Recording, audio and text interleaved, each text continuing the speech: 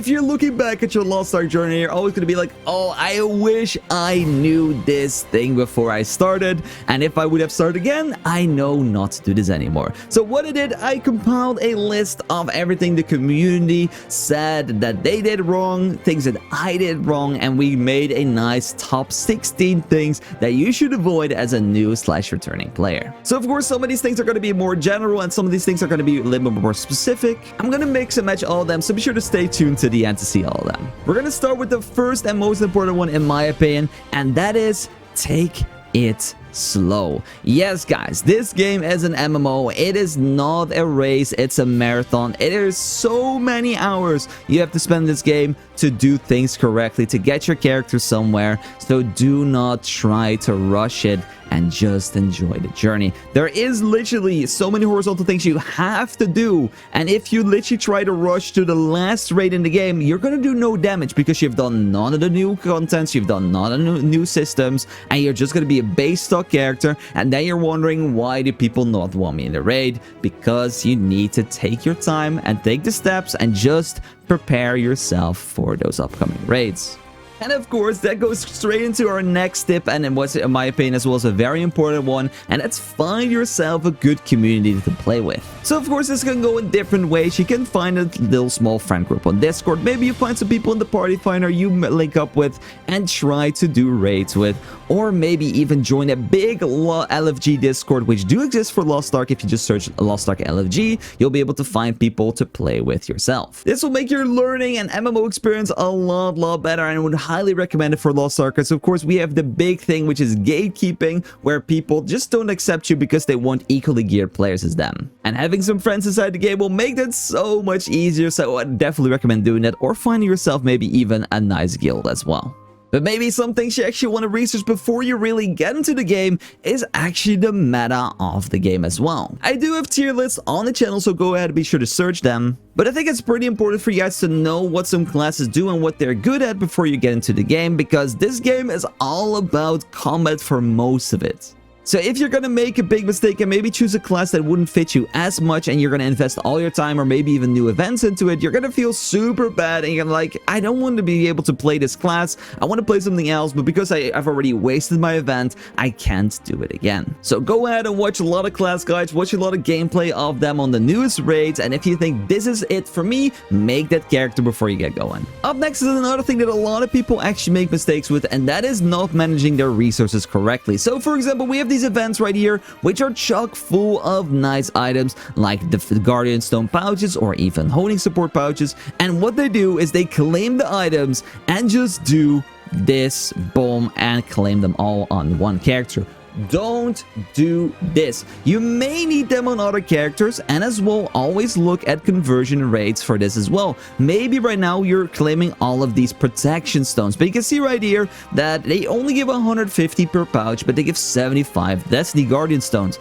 And if you guys didn't know, you can always convert your old materials up to newer ones in a 1:5 ratio. But that means if we're opening up packages below the maximum ratio, we're actually wasting materials. So you can see right here, I need 5 of these to make the next tier as well, which means that if I would open up this bag and would only open it up on the protection stones, I would waste a lot of them. So just grab what you need to grab and don't grab everything, because it's just a big waste of money. Going into not wasting things, in my opinion, a lot of people, and I'm pretty guilty of this as well, people are wasting their life skill energy. Life skilling, guys, one of the most important things in Lost Ark. I have life skilling guide on the channel. Like I said, we're talking about a lot of things I do make guides for, so they're on my YouTube channel if you need a more in-depth guide. But life skilling, guys, is so important. It gives you a lot of free gold. Yes, every single time you chop that tree, you get materials. You can turn them into Oreos or just sell the materials raw,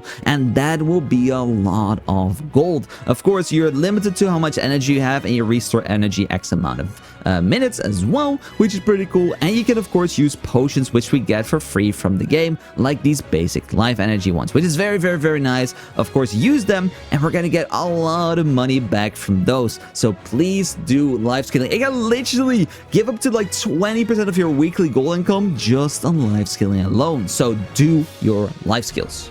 Up next is something that a lot of people actually kind of struggle with knowing if they are a new player, and that is, what is the difference between front, back, and hitmaster classes. So if you're a new player, you may be wondering, why do I even want to play a front attacker? Why do I even want to play a back attacker? And what even is a hitmaster? Because it can be a bit confusing. So super simple, guys. A front attacker has to hit on the front, a back attacker has to hit on the back, and a hitmaster can hit anywhere. So what, of course, are those benefits? I know that sounds pretty obvious, right? So if you hover over a skill, it will tell you if it has an attack type. It doesn't have to have one. That means it's a hitmaster ability. So this is, for example, is an attack type front attack on the Brawl King's Advance, which means that if I hit this on the front, I get an extra benefit. This can be in combination with engravings, which gives more damage on specific attack, frontal, back attack, that kind of stuff, or hitmaster as well. It does exist.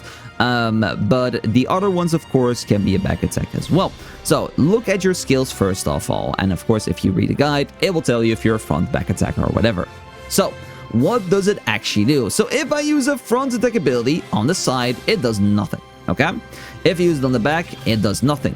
It just does its regular damage, and there's no difference, okay? But if I hit it on the front, I actually get a boost, and that is going to be 10% stagger and 10% damage, okay? So if you are a front attack user with front attack abilities and you're hitting the front, you get 10% damage and 10% stagger increase. It doesn't do anything else on the other parts of the body, only on the front. So what happens if you're a back attacker? Back attacker does not get 10% damage, doesn't get the 10% stagger, but it gets 10% crit rate, okay? So that means that if you're back attacker and your attack says back attack, you're hit on the ass, boom, you get 10% crit rate increase. A hitmaster sadly gets nothing, but they get the benefit of course, attacking anywhere and not having to chase a certain part of the boss. So you may be thinking, does this mean that a hitmaster and a front attacker or a back attacker is always, you know, stronger than a hitmaster? Nope. It doesn't have to mean that. Like Wild, so for example, is a very strong class currently, and it's a hitmaster. It doesn't require you to hit on specific points, but it can just change your builds and how you play accordingly based on that as well. So, you know, make sure to keep that in mind, and don't be confused that a hitmaster cannot, you know, only hit on the sides or whatever. A hitmaster can literally hit anywhere. It can hit front, side, bottom, top, whatever you want to hit it at, and you will be good and doing the most amount of damage. It's just what makes the ability a front or a back attack, which is matters. Or if you are limited on how many characters you have, or if you're a new player, play all solo raids. You're not limited to only doing 3 raids a week. No, you're only limited to getting gold from raids 3 times a week, okay? On the same character. But that means you can play every single raid. And solo raids, in my opinion, are actually a pretty good area for you to learn your class, because sometimes maybe you're gonna get carried. Like if you get carried in an Akana, if you get carried in an Ivory Tower, if you get carried in a Kyangle or even a Belshazzar, it can feel like maybe you're doing well, but maybe you're actually not playing that great. And these solo raids gonna help you train your class as well. You can even, you know, before you do your weekly raid, just play the raid gate 1 and do not finish it, and then you can go into the group raid afterwards, even if you got some extra experience. As long as you just don't clear the gate 1, you can just do the group raids. But keep in mind, if you did clear a gate in solo mode, you cannot do it in group. It's not double, it's only one version. But what is nice about, of course, solo raids is that they still give materials, they still give items. So if you're limited on, you know, how many resources you can get a week, it's actually nice to get these extra materials, because like I said, you can convert them into a higher tier as well, which I think is very cool. And this dives a little bit into my next part, and that's gonna be joining, hosting, and just doing all kinds of lobbies inside the Lost Ark. So of course, you maybe, you know, you want to join a raid and you see that there's so many things going on, you don't know what to do. Learn to raid lead. This, in my opinion, is one of my biggest tips and best ways to progress, find people, and to secure yourself a spot in a lobby. So a lot of people do not like to do set aerials, and for a good reason. They're important. If you mess up, you're gonna get flamed, and you know, it is just one of those key things that need to be correctly done inside of a raid. But of course, if you manage to learn them, you will have a premium ticket for a good lobby and make sure that, of course, people will not fail the sidereals because you are doing them yourself. I personally do this always. Like, this is what I did when I started raiding. This is what I did every single new raid. I just learned sidereals and I am hosting. This means that I know that I get in 2 parties. That means I know that it's going to be done correctly. And as well, of course, it just feels good to have people, you know, join you instead. It's kind of nice. And like I said, it makes a lot of people they're nervous about joining lobbies, or they're getting denied or whatever. And if you are just hosting yourself, you're creating a good environment to be able to invite people along and maybe even make some new friends in the game as well. And this goes into my next one as well. We're gonna go just into a bunch of raid themed thingies, and that's gonna be making or joining a learning lobby. You maybe think you know a raid. You do not. I see so many people. I help so many new and returning players, guys. They are like, oh, I know this raid. I know how to play this. And then I'm asking them a question about the raid actually, and they're like, this? No. You guys don't know. A lot of raids nowadays, you get absolutely carried and just, you know, brought to the end point. You do not know how to play the raid. You do not. So please make and learn the game properly, okay? It's very hard. It's a tough game, but taking your time to get some proper learning lobbies or make some proper learning lobbies, it will be a lot better. I know it's going to take a lot of your time, right? I know maybe you don't have the time, but it's going to make your experience and your quality as an overall player so much better if you actually learn the raid instead of just being carried by everyone every single day. So my number 1 tip, learn the game. Make those lobbies. You know, learn sidereals. Why not? You know, you can do both. You can make a learning lobby and learn sidereals at the same time. Best of both worlds. Very, very nice. Going to my next topic again. Like I said, we're staying into the raids, and that is, in my opinion, during those learning lobbies, learn not to play safe and learn to greed more. Finding those patterns and making sure you squeeze out every inch of DPS out of that boss can be very rewarding. And this will make you, of course, maybe even MVP in those lobbies, which is going to be very, very, very fun. Make sure to know, like, okay, maybe I should dodge in and out here. Maybe instead of running away, I should actually jump in. And of course, watching guides and watching people play through on the highest standards could be a very good way of learning how to greed correctly at those points. I see a lot of people joining my streams as well. When I'm playing Breaker, they're like, oh my god, I wish I could play Breaker like this because I really, really, really greed a lot. And they're getting a lot of tips out of it, which I think is very nice. So just try to play a little bit less safe and greed and just learn where you die. And if you die, it's a learning lobby anyway, and just go again and just know to play safe on that same point the next time. The next point is going to be mainly important for returning players, but as well, of course, new players if you're in the game, and that is learning and researching the new systems we have inside a Lost Ark, so you know what you're maybe missing out on. So first of all, of course, we have the new Ark passive, which literally makes it that we're replacing our old set effects with it. And these things are, of course, a new version of it. You can just customize them the way you want to, which is absolutely awesome. But make sure you have the right build as well, which we're going to go into a little bit later. So evolution points, guys, you get these from better gear upgrades. So the higher tier gear you have, the more points you get.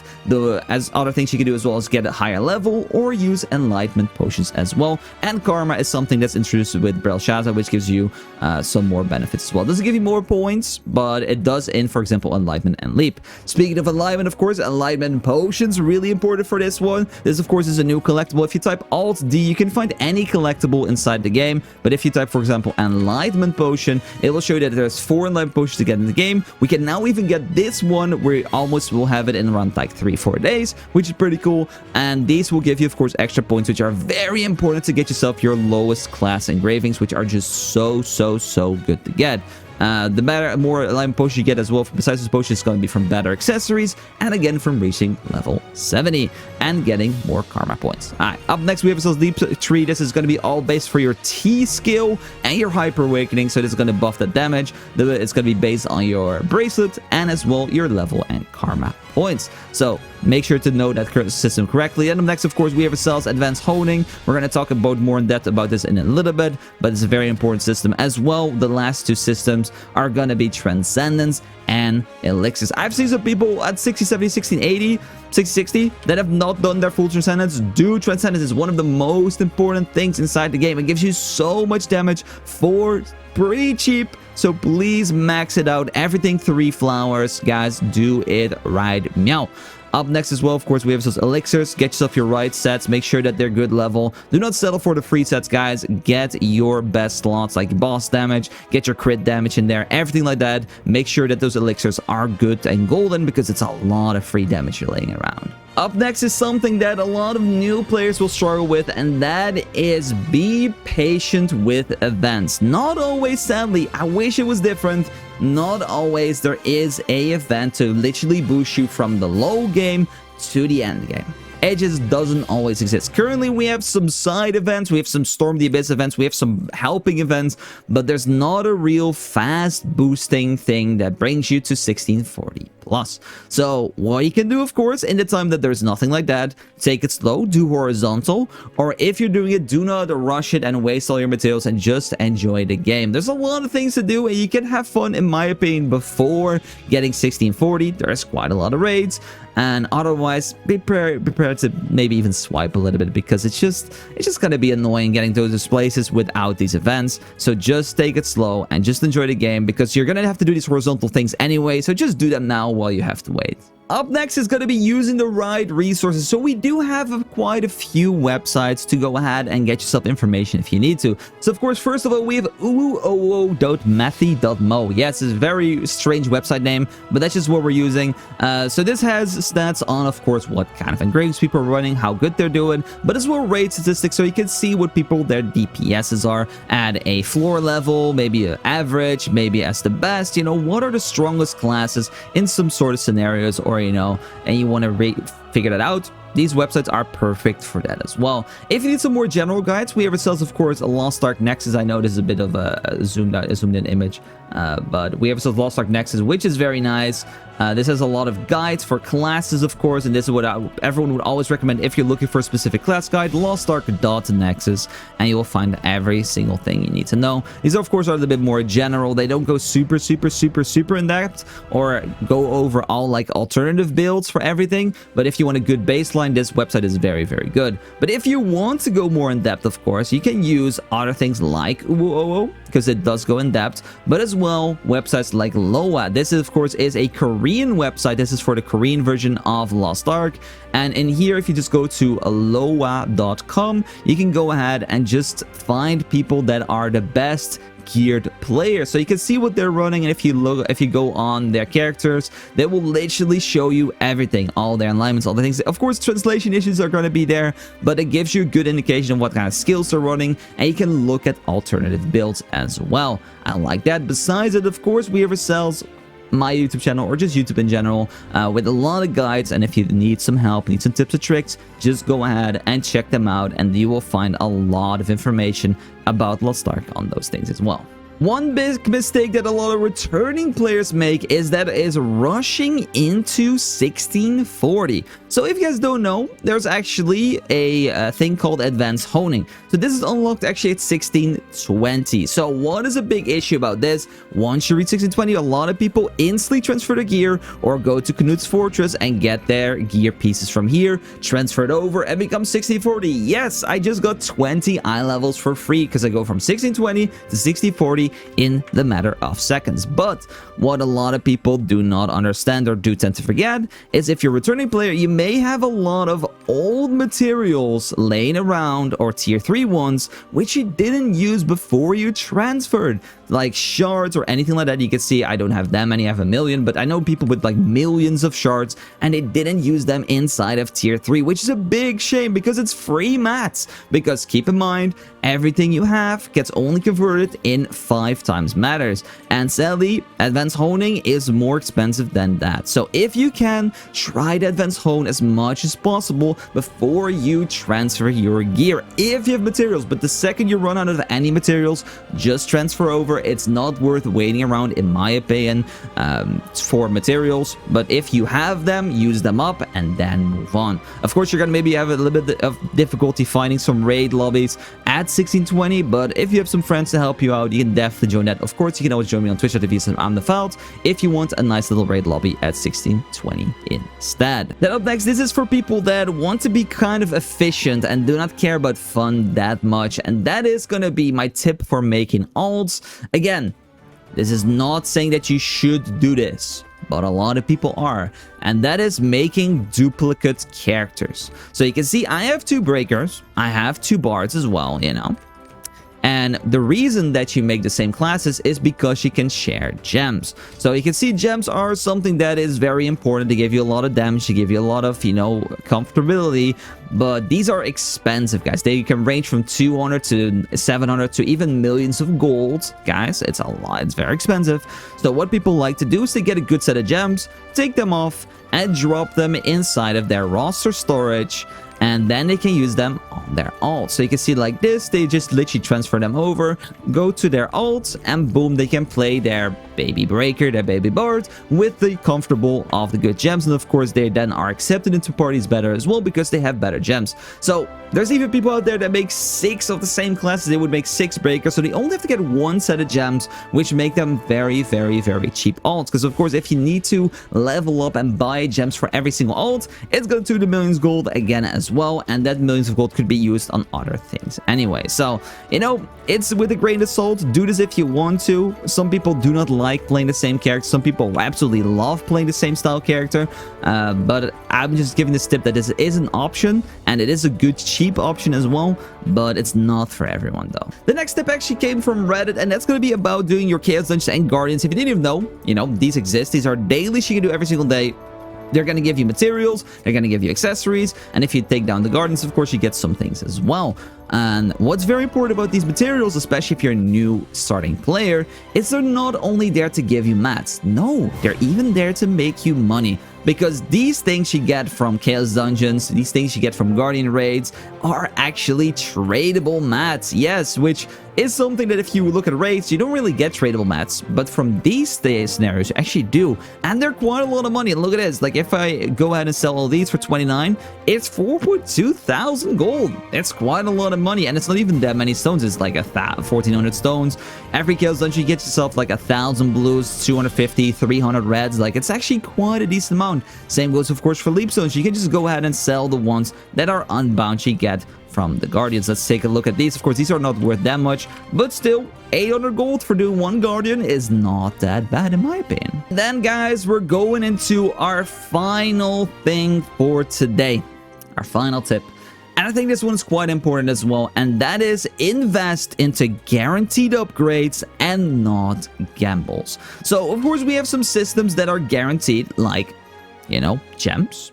We have some other things like engraving books, skins, but we as well have gamble things like accessories or bracelets. So these, of course, can give a lot of power and should be done.